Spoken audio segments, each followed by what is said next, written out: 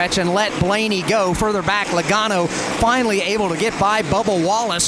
So Logano has picked up the number 4 spot, albeit a long way behind the race leaders, Mike, as we're getting down to it now. 17 laps to go. 17 laps remain. Carson Hocevar, Dave, is in the crosshairs of the race leader. He is indeed down the back straightaway. Hocevar holds the bottom of the racetrack. Elliott looking a little lower. He's got a car length in hand over Blaney.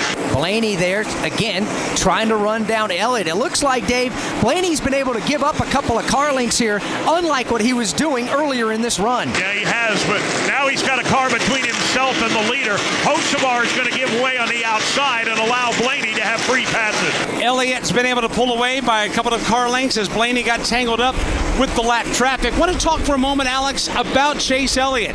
I believe that based on the way things have happened the last couple of years, if you're a Chase Elliott fan, you've been waiting for a night like this with your guy up front, leading the field to green and leading lots of laps, but spending time at the front of this field. There's a lot of drivers that we talk to all the time, Mike, that downplay momentum. But when you start the year off with a win, whoever it is tonight, you can't help but to feel good about what you're doing with your race team as you get ready to go points racing and start your championship pursuit for the year 2025. No matter who wins the race, momentum is a thing. They can downplay it all they want, but I think anybody that gets to the checkered flag first tonight is going to stand up and say, yeah, this is exactly the way we wanted to start the year. Well, in my opinion, Chase Elliott goes to the top of the leaderboard as far as drivers to consider when we get to Martinsville later in the year, because that car is stout. It's been stout all week long. When they come to the line, it's going to be 10 laps to go. 10 laps away from victory is Chase Elliott, as right now on the racetrack behind him, Ryan Blaney swings wide. Blaney almost lost the car going into turn number 1. Well, he got a little bit of a boot from behind from Kyle Busch. Blaney bypassed Kyle Busch pretty cleanly, I thought.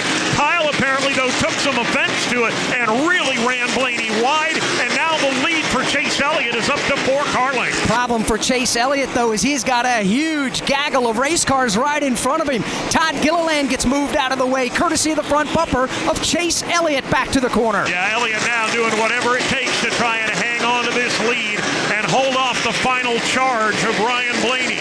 Next in line now will be Josh Berry and Christopher Bell. Leaders off the corner, going to be 7 laps to go. It's Elliott, Blaney, Hamlin, Logano, and Wallace, the top 5. Ryan Blaney bypasses Gilliland, just desperate now to try and close back in on the bumper of the lead car. Off the corner, 6 laps to go this time by. Chase Elliott has 3 car lengths before he catches the Josh Berry car. Christopher Bell there and Daniel Suarez. Blaney is still 2, maybe 3 car lengths back, doing everything he can to try and reel in Elliott, but Elliott's got the speed off turn 4. Elliott to the line. It'll be 5 laps to go. Josh Berry, Christopher Bell, Daniel Suarez directly ahead.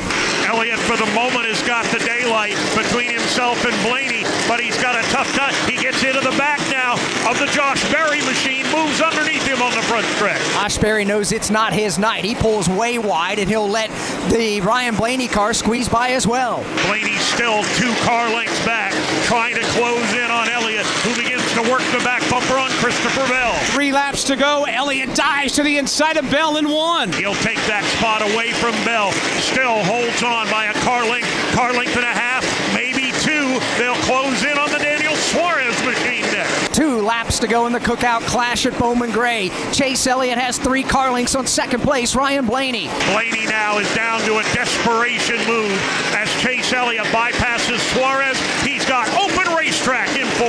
Chase Elliott swings her wide out of turn number 4. White flag is in the air. 1 lap left for Chase Elliott here to win it at Bowman Gray. Final time down the back straightaway, looking to close out a dominant evening here at the Madhouse. It's Chase Elliott off 4. Chase Elliott comes off the corner. Checkered flag is in the air, and Chase Elliott wins the cookout clash at Bowman Gray Stadium.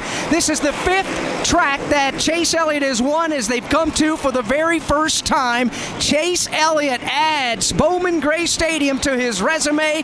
Chase Elliott takes the win. Ryan Blaney 2nd. Denny Hamlin is 3rd. Joey Logano 4th, and Bubba Wallace rounds out the top 5. Chase Elliott 200 laps in the books. Chase Elliott going to victory lane tonight with Ryan Blaney giving it all he had as far as trying to get up there and do the win. And Chase Elliott will be celebrating tonight with his Hendrick Motorsports team. From fueling your favorite NASCAR teams to filling up at the pump, Sunoco is trusted to help vehicles perform at their peak. Sunoco Performance is what we do.